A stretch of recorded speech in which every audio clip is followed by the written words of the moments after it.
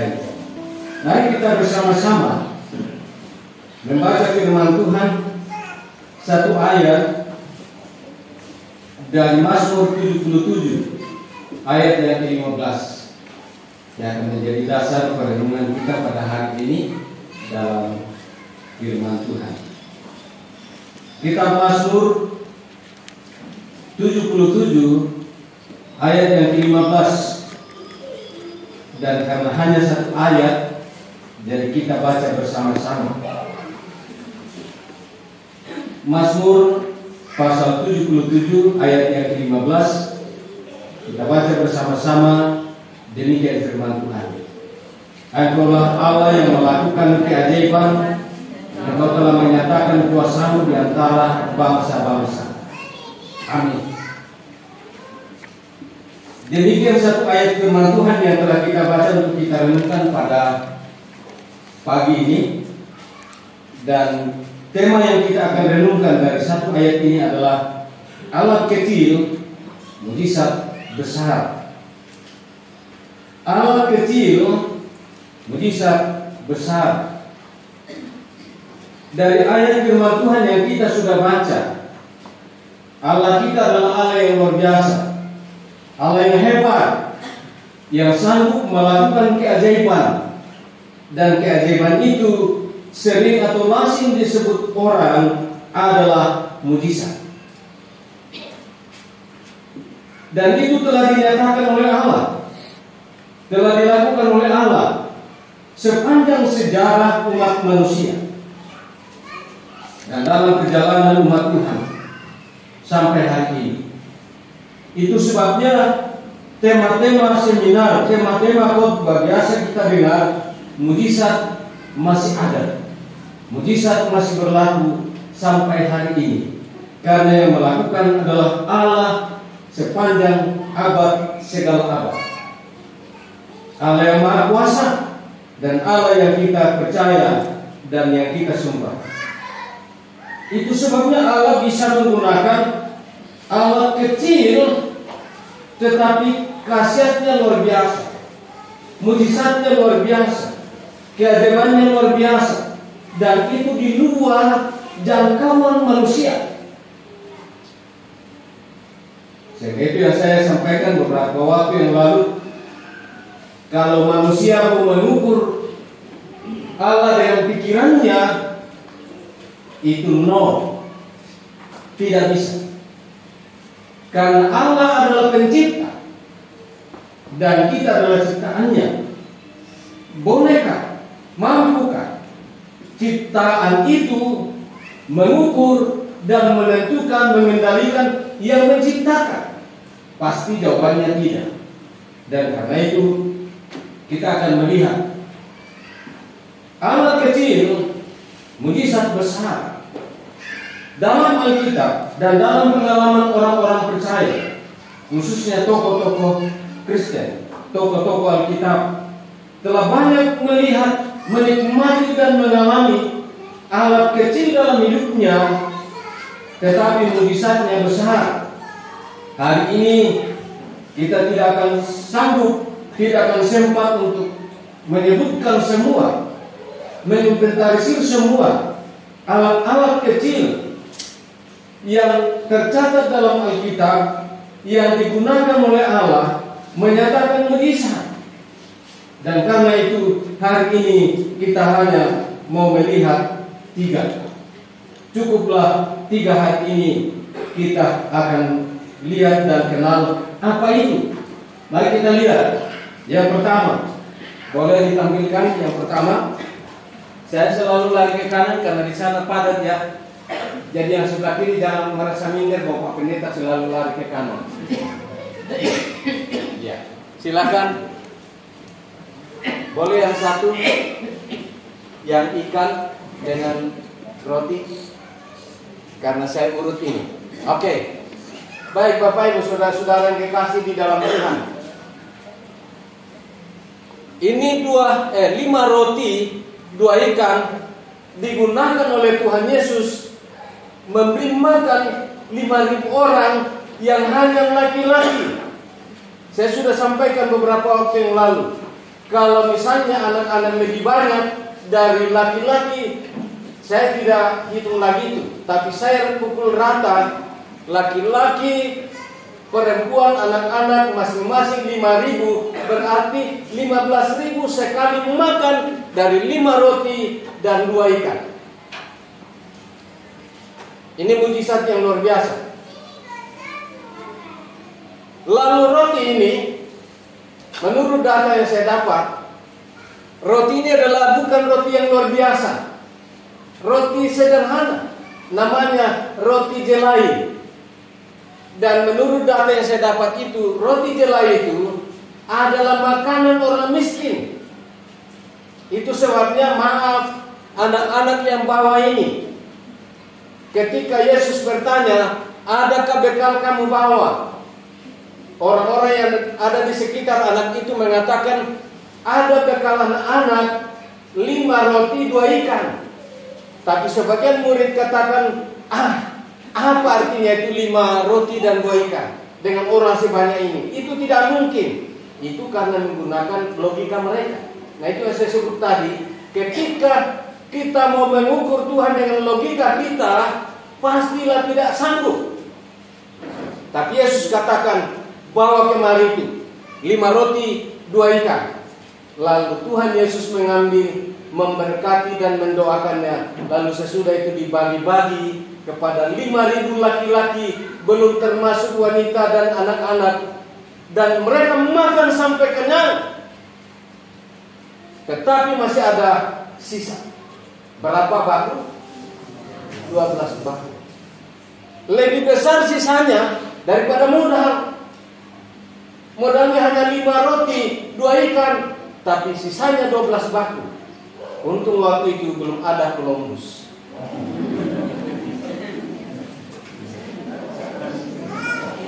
Katanya waktu itu belum ada kresek.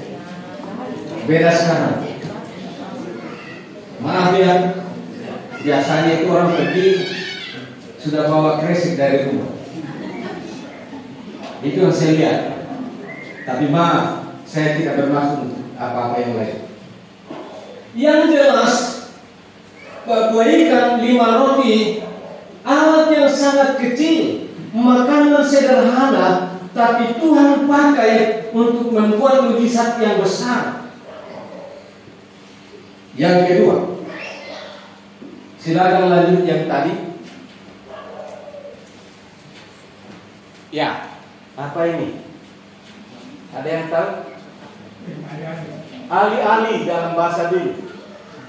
Istilah yang digunakan dalam Alkitab itu, kalau saya baca sekarang, adalah umban. Umban.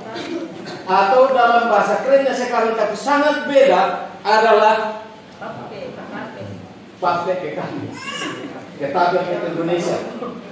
Termasuk orang-orang utara katakan ketapel. Itu digunakan untuk menembak sesuatu. Nah, ini digunakan oleh Daud menghadapi raksasa itu. Siapa namanya raksasa itu? Goliat. Daud orang yang sangat kecil, sederhana, menggunakan alat ini. Ini ada seperti yang saya katakan tadi itu 3 macam. Ada yang begini, ada juga yang terbuat dari bambu ya, atau dari kayu. Itu kalau dari bambu itu di lubang ujungnya, baru ditaruh di situ batu atau tanah, lalu digunakan melempar pipit dulu, menjaga burung pipit di sawah. Tapi ini hebat, hanya dari tali dengan ada sedikit, saya tidak tahu ini kulit apa ini di belakangnya itu, apakah kulit domba atau apa. Tapi itu yang digunakan oleh Daud melawan Goliat hanya dengan satu model ini, dengan batu kecil yang dia ambil dari dasar sungai, 5 biji di bawah, tapi hanya satu digunakan, Goliat tumbang. Ini mujizat luar biasa.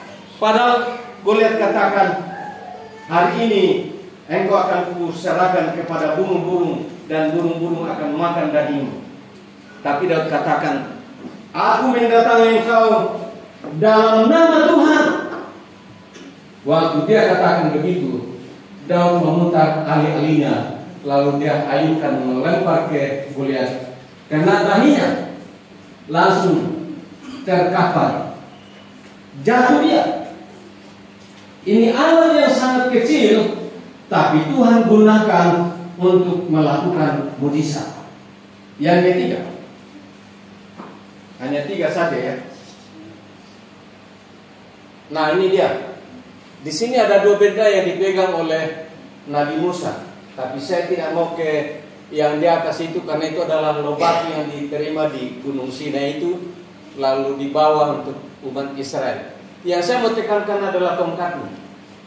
Tongkat ini apa artinya? Sangat kecil. Menurut nilai tidak seberapa. Tetapi Tuhan gunakan untuk Musa. Bawa itu tongkat. Dan ini adalah kelengkapanmu menjadi pemimpin bangsa Israel. Dan kalau kita belajar, coba nanti baca mulai dari Keluaran, Bilangan, Imamat, dan seterusnya. Terlalu banyak mujizat dihasilkan oleh satu tongkat yang sangat sederhana ini. Banyak sekali. Termasuk jadi ular, air asin menjadi tawar, dan sungai atau laut Teberau terbelah 2. Dan disinilah saya mau katakan itu. Ketika Musa sampai di pinggiran laut Teberau, dia berseru-seru kepada Tuhan, Tuhan, bagaimana ini? Engkau suruh saya membawa bangsa Israel dari tanah Mesir, tapi sampai di sini tidak ada perahu, tidak ada kapal untuk menyeberangkan orang Israel ke seberang. Sedangkan tentara Firaun sudah lari dari sana untuk mengejar kami. Lalu Tuhan menjawab, mengapa engkau berseru-seru Musa? Angkat tongkatmu dan acungkan ke atas laut Teberau itu, maka air laut Teberau akan terbuka dan orang Israel akan berjalan di tanah kering menyeberangi laut itu sampai di seberang. Ketika semua orang Israel telah menyeberang, Musa menurunkan tongkat itu dan tentara Firaun masuk berlari mengejar orang Israel, dan air tertutup kembali, lalu tentara Firaun dan keretanya tenggelam semua. Bapak Ibu saudara-saudara yang dikasih di dalam Tuhan, saya mau bertanya, apa potensi yang kita miliki? Mungkin tidak ada 5 roti, tidak ada 2 ikan. Mungkin kita tidak punya ketapel, mungkin kita tidak punya tongkat. Tetapi apa yang kita miliki? Potensi, kemampuan, melalui pikiran, melalui tenaga, waktu, materi, dan lain-lain. Ketika kita mau melihat mujizat Tuhan, saya tidak mau katakan menikmati mujizat Tuhan, karena terlalu banyak orang hanya mau menikmati mujizat tanpa tindakan. Ketika kita mau melihat mujizat, apa yang kita miliki, sekalipun itu kecil, tidak bernilai menurut ukuran manusia, tapi ketika Tuhan pakai, Tuhan gunakan, maka itu akan menjadi alat mujizat terbesar dalam kehidupan kita, baik untuk kehidupan pribadi, kehidupan keluarga, maupun kehidupan berjemaat. Saya tidak sampai ke lingkup yang lebih besar seperti daerah. Tapi sekali lagi, apapun yang kita miliki, sekecil apapun, sedikit apapun yang kita miliki, ketika Tuhan gunakan itu, maka itu akan menghasilkan mujizat terbesar dalam hidup kita. Nah, bagaimana caranya supaya alat terkecil itu, potensi terkecil, apapun yang kita miliki yang sangat kecil dan tidak bernilai, dalam tanda kutip mohon maaf karena saya gunakan istilah terkecil dalam hidup kita sesuai dengan potensi dan kemampuan kita, bagaimana caranya supaya Tuhan bisa menggunakan itu alat kecil menjadi mujizat yang besar adalah serahkan kepada Tuhan, bawa kepada Tuhan untuk digunakan oleh Tuhan.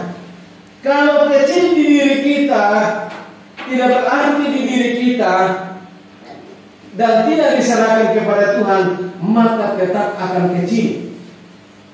Tetapi ketika kita serahkan kepada Tuhan, maka itu akan menjadi alat yang besar di tangan Tuhan untuk melakukan mujizat terbesar dalam kehidupan kita. Sekali lagi baik untuk pribadi, keluarga, maupun di tengah-tengah jemaat. Banyak contoh telah kita lihat.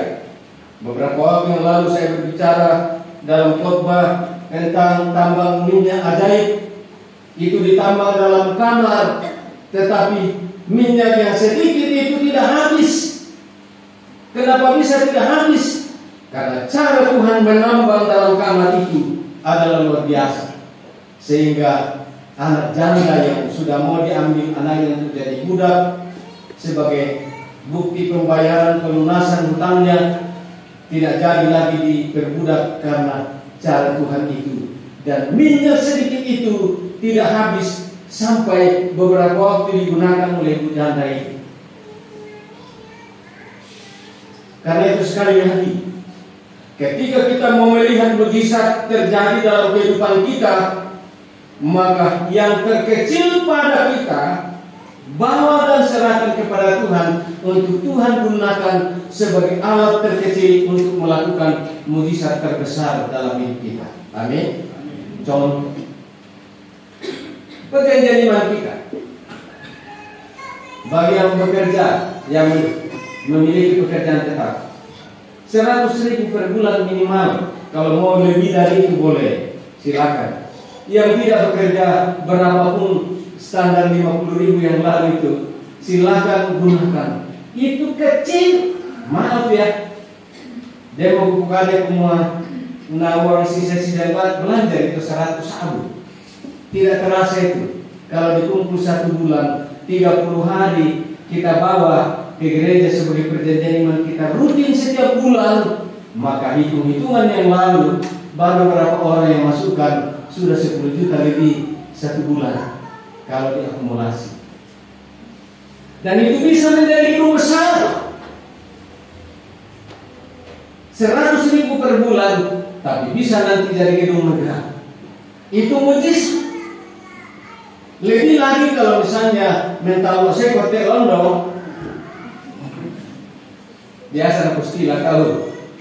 Nah, kaya mental saya kote London, na yung berani bago, na kaya nagsabi laki. Kaya saya kote kentalo, na biasa na pasalan ito pili ko mentalo. Yan itu mentalo, menjadi talo, mentalo. Na kaya ito napakentalo. Artinya kote batuan kentalo, tapi kok masing-masing kita punya bahasa pemahaman tentang itu. Kini ni manut kasih misa, tabalu misa setiap bulan, dapat kami perjanjian iman.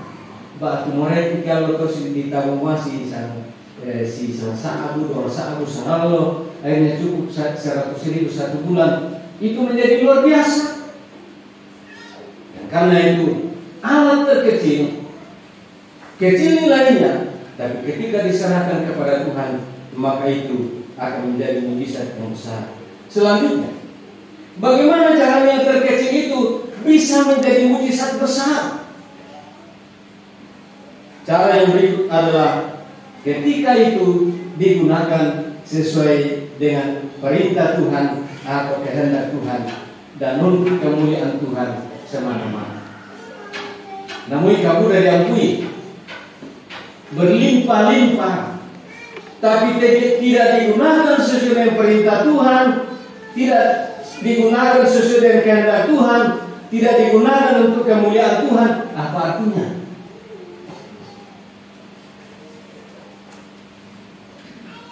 Mudah tenang pribadi, kesudiran, tapi natayang-tayang tahu dalam kemalaran. Donata iya. Beberapa puluh tahun yang lalu, bukan di Toraja Utara dan bukan di Rantai, di tempat lain, di sana. Dan misa atau seremoni daerah, rampol atau misa gereja. Nah itu pertama lalu namanya saya bulletin. Ya tuh saya aku nalar itu bulletin. Yaitu laporan keuangan pemasukan setiap minggu dilaporkannya. Nah kebetulan dia itu pengusaha lan gereja yato nala itu buletin tiroi, na perese itu catatan laporan pemasukan setiap minggu, na bolak balik, na buka, na ya tiap pemasukan lalu, si pada mana gitu? Ini fakta ya, saya tidak mau bohong ini. Karena kami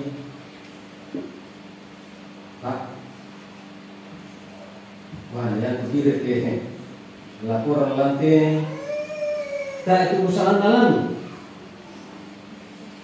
Upah itu balik.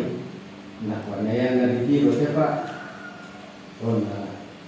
Karyawan di kami pertama itu, tak patunduk dalam. Bukan tak bisa dah kasus itu Pak. Tantu kami ya sesuai dengan iman seseorang, sesuai dengan kasih orang itu kepada Tuhan, mempersembahkan kepada Tuhan, jadi tak akan bisa mengenal kesimpulan suci Pak. Kita tinggalkan ini. Sekali lagi, agar yang terkecil, yang nilainya kecil, yang menurut kita tidak berarti, tetapi ketika kita serahkan kepada Tuhan dan digunakan sesuai dengan perintah Tuhan, kehendak Tuhan dan untuk kemuliaan Tuhan, maka itu akan membawa mujizat terbesar dalam hidup kita. Jadi apapun yang Tuhan percayakan kepada kita, mari kita gunakan sesuai dengan perintah Tuhan, kehendak Tuhan dan untuk kemuliaan Tuhan, maka semua itu akan menjadi aliran berkat dan mujizat kepada kita dalam hidup kita. Amin. Mau buktikan itu, cobalah dalam kehidupan kita. Persembahkan kepada Tuhan, serahkan kepada Tuhan yang terkecil menurut iman dan kasih kita kepada Tuhan, maka itu akan menjadi mujizat terbesar seperti yang kita telah lihat hari ini. Apapun yang bisa kita lakukan, waktu kita, pikiran kita, tenaga kita, materi kita yang kecil, yang sebenarnya tidak berarti, tetapi dapat digunakan dalam perintah Tuhan, dalam kehendak Tuhan dan kemuliaan Tuhan, maka semua alat itu akan menjadi mujizat terbesar dalam hidup kita. Dan karena itu, mari kita coba lakukan ini. Apapun yang menurut kita yang bisa kita serahkan kepada Tuhan untuk digunakan sesuai dengan perintah, kehendak dan kemuliaan Tuhan, maka itu akan menjadi alat mujizat dalam hidup kita, sekalipun itu terkecil dalam hidup kita. Amin.